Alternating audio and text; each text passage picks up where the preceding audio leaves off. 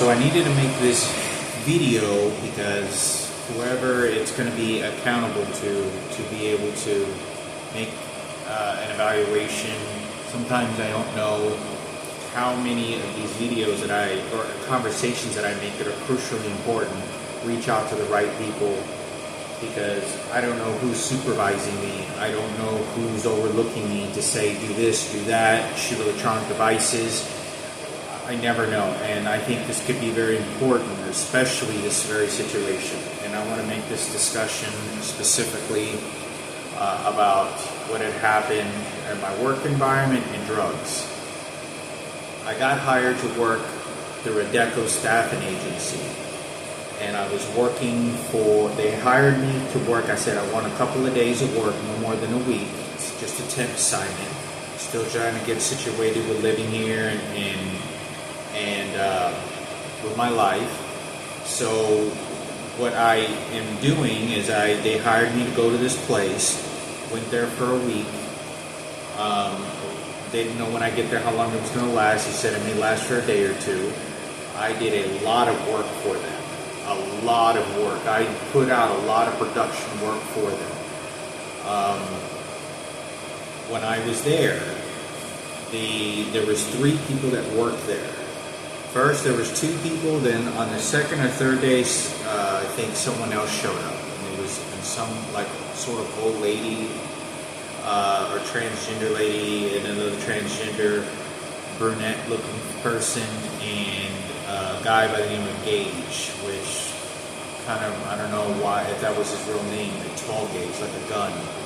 But anyway, short little guy, he seemed to be behaving exactly like Roman, Richard Murphy's brother. I don't know if he's in a quadriplegic situation.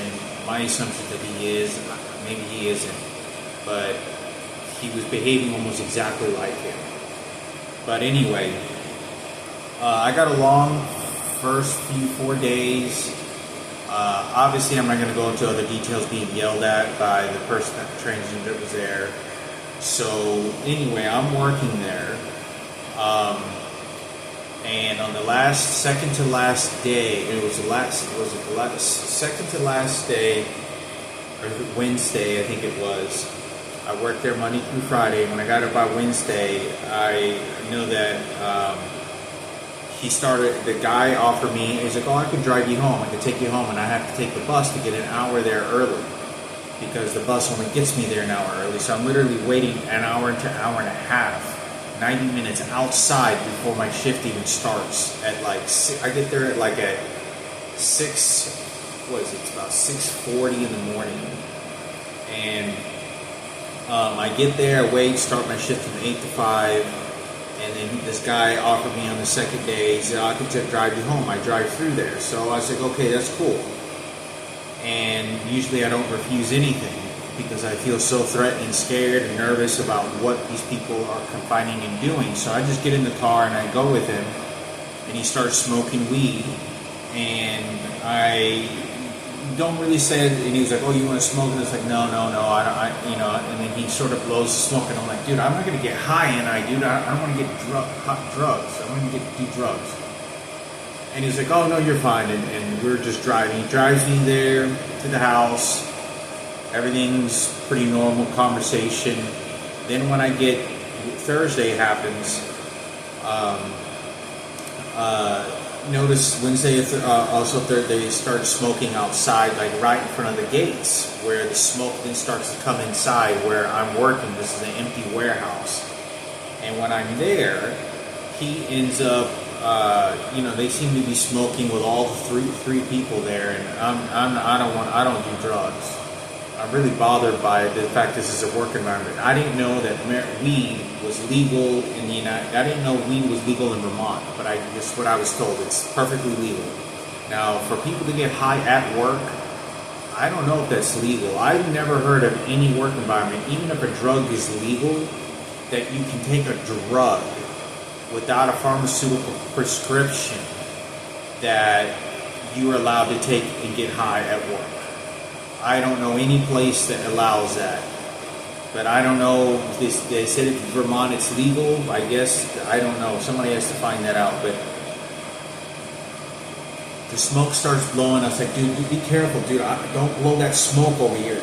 And I'm maybe about 20 feet from the door, from the garage door, the warehouse door. And they're smoking right in front of it. And they parked the car right in front of the garage door. And the smoke is sort of just coming into the building.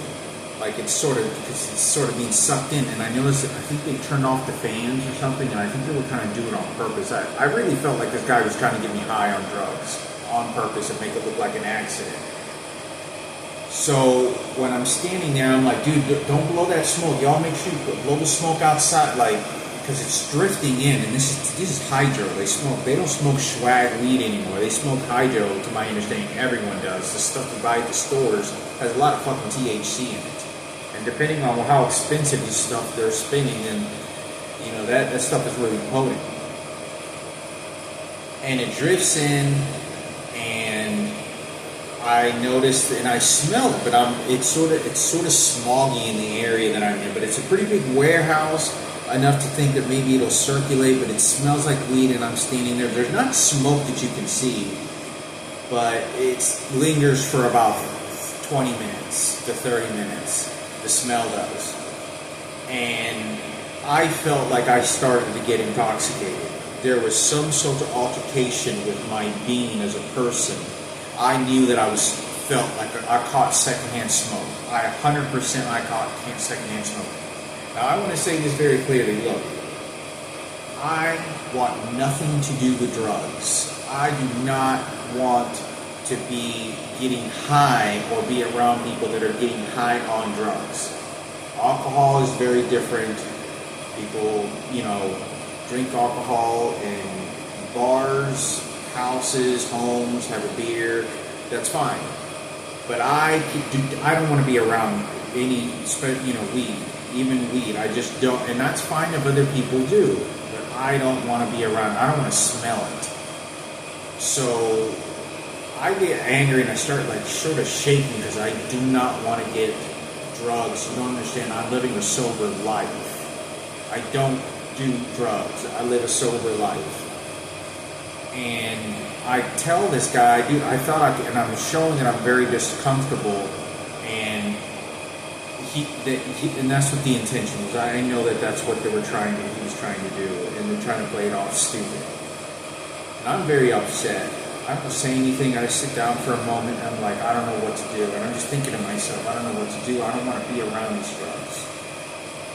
So I end up going back to work. It's a very small area where I'm working, where I'm sitting down with break time, the chairs in the work area where I'm working, so I'm standing up the whole time.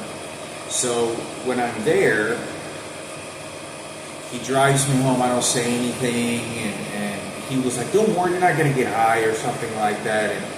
And I tell him that he seems not to give a fuck. Like he's happy. It's almost like he's expressing happy. Yeah, I got drug money. I don't feel like high, but I feel I caught secondhand smoke. I don't know do drugs. I have not felt like anything like that since I was like 30 years old. And that was the last time I smoked weed. I was 30 years old. And I don't want anything to do with it. I just don't. And I say this because whenever the next day happened, which was Friday, there was smoking outside the door again, and it started smoking coming in the building. And all they have to do is literally walk 15 feet, like right in front of the metal door, and then smoke won't come in. Like that's all they have to do. They're still standing in the sun. But they want to stand by the fucking door playing stupid, and the manager smoking weed, and they're all getting high. And it starts drifting in, and I have to back off and say again, dude, it's like, dude, that smoke I think is coming in, and they know that I immediately walk away, because I walk away to go use the restroom, because they know that I can smell it. I come back, and then there's still the smell, and I'm like, and they get done, and he's coming in, it's like, dude, he starts closing the garage door. I was like, no, dude, leave that door open, dude, I don't want to get high, dude. I was like, I don't want to get high. And he yells at me, he says, leave! And he's like screaming at me, like they're getting high, and I already told him I got sick. And I said, dude, I already caught secondhand smoke of that yesterday. And the manager actually told him and said that, yeah, it's probably because and she was getting high, they were getting high too. It was probably because I don't do drugs, and the fact that I'm coming around this THC is very easy for me to get high off this or catch a secondhand smoke. So,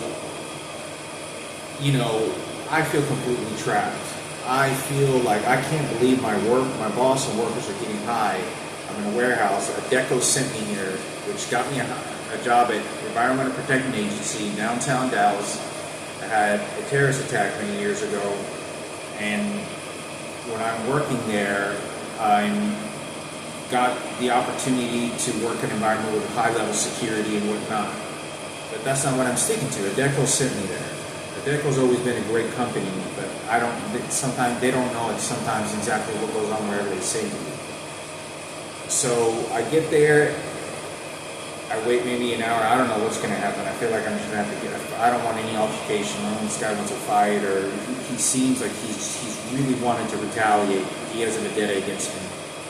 So I wait about an hour. I don't know if I'm going to have to pack up my stuff and just leave for the safety, but I wait about an hour, two, and then I go over to the manager and I said, look, I'm just going to finish out my days. She asked me if you can stay, I need you to stay next week, or can you stay next week, and then I'll go ahead and then I'll dismiss you after a couple more days. We have a couple of more days of work. And I said, no, I'm just going to finish out my week like I was assigned, no more than a week, like I was told, and then that's it. And I said, I'm just going to finish out my week. And I just sort of just mumbled off some words like, yeah, I'll call y'all when I'm ready back to work. It's going to be in about a couple of weeks or months. But right now I'm just going to finish my initial temp assignment period. That's it. And I tell the manager that. She's like, oh, okay, I'll find someone else. So I get my stuff, and this guy's been giving me a ride all week.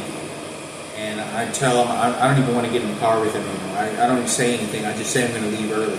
I said I'm also going to leave early at 3 o'clock to take the bus home. And I do, and I leave early.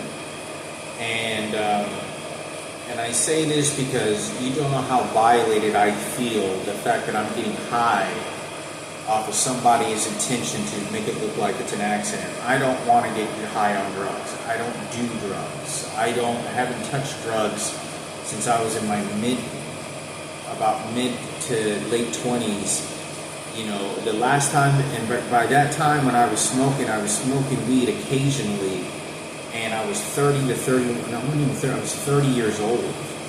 That was the last time I wanted anything to do with that. I've been in Colorado, I've been in Alaska, Seattle, Washington. You can buy weed. I can buy weed into all these stores and all this easily.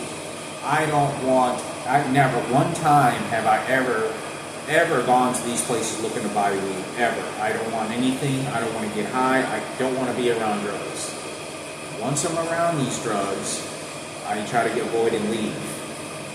In most cases, I'm always just don't want to be around it. So what happens is this is the thing that I felt so violated. They begin shooting me with electronic devices from the moment I start complaining. Like I say, secondhand smoke, and they'll shoot an electronic device on my hand and starts hurting. I don't want to get high on drugs, and this is how I felt so trapped, because they made me shit. They literally make me shit, go use the restroom, and someone is using narcotics, and then they're shooting these electronic devices, and it makes me think who's really in control.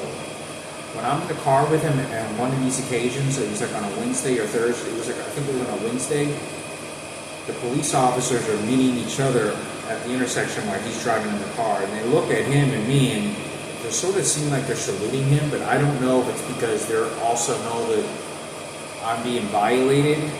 I don't want to get high. I don't know what the situation is, but like I said, I wanted to say this very importantly. I do not do drugs, and I feel so violated, the fact that I feel trapped, that I have to be in an environment that not only this person doesn't give a shit, rather than they're trying to do it on purpose, but when I complain to a manager and these people, nothing's being done about it. And they're asking me to stay, and this person both of them are already yelled at. I'm nothing but nice, kind, polite, respected as possibly as I can, and nothing ever happens. With the people treating me the same. So I wanted to say, I'll call the Deco, and I said, look, that is the biggest violation in my personal life. I do not want to be around drugs. I do not want to be getting high.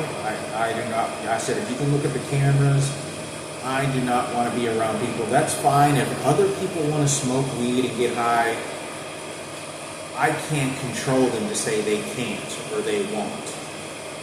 Then that's their business. But I don't. And I don't want to be around that. And I felt like I had violated my sort of continuance of sobriety because I was being forced to. And I had no choice. So I thought I'd make a video on this. It was at Champagne Logistics, making bird feeders. Like I said, I live a sober life. I was so bothered. I smoke a lot of cigarettes, but other than that, I don't even drink. The last time I've had, in the last 10 months, the amount of alcohol that I've had, I've probably had 4 to 5 separate drinking visits, either at a restaurant. I don't even think I drank any of those times at that house at all.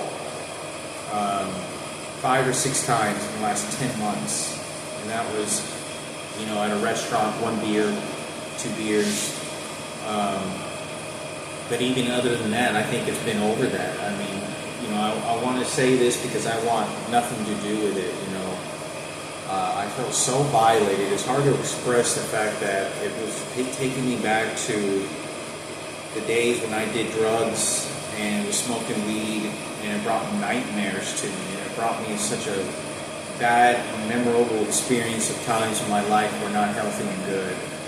So I wanted to make a video on that, and I had some other subjects I wanted to talk about, but like I said, this is some of the things that I talk about that I'm not even sure who's in control of so much of the circumstances when things like that happen. Before I came to Vegas, before I came all the way from Vegas, this guy that I was living with stole $100 from me. He just stole my money and wouldn't give me my money back. They're shooting me with electronic devices, and when I say this, about 2 weeks before I moved out, I want to make this, I promise to God when I say this, there was a bird that they ordered or trained. I don't know how they do this shit, but it went out 20 feet in front of me and landed, and as soon as it landed, they shot an electronic device into my intestines, and I literally shitted myself. This time, I'm not kidding you, there was feces. I had diarrhea shit that was sleuthing down my ass, down my leg.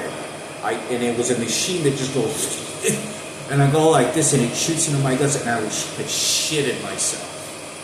I swear to God, I had to go to the restroom, take off my pants and my undergarments, and rinse them, throw them in the tub, and start rinsing it all with water and soap.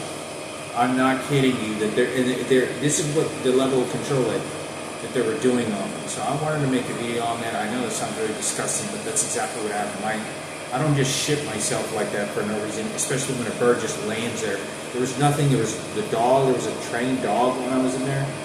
But anyway, thought I'd kind of throw that on the side as well to talk about. But the number one thing is I wanted to make this video on is drugs is not something I want nothing to. It brought so much nightmares. It brought so much bad memories. I just don't. My life with drugs, my life, especially with weed, is gone. I don't want anything to do with that stuff anymore. I'm done for the rest of my life. I had no desire. That's fine if people do. I understand it's a herb. That's fine. It's used as medicine. Indians used it. I'm not hating people that do. I just don't want to be abused for myself, or I just don't want. That's fine if people just do it to themselves. I don't hate them. It's just you. You want to, you can. But for myself to getting high, no, and I don't want to be around any, especially any other drugs. So that's what I want to make this video.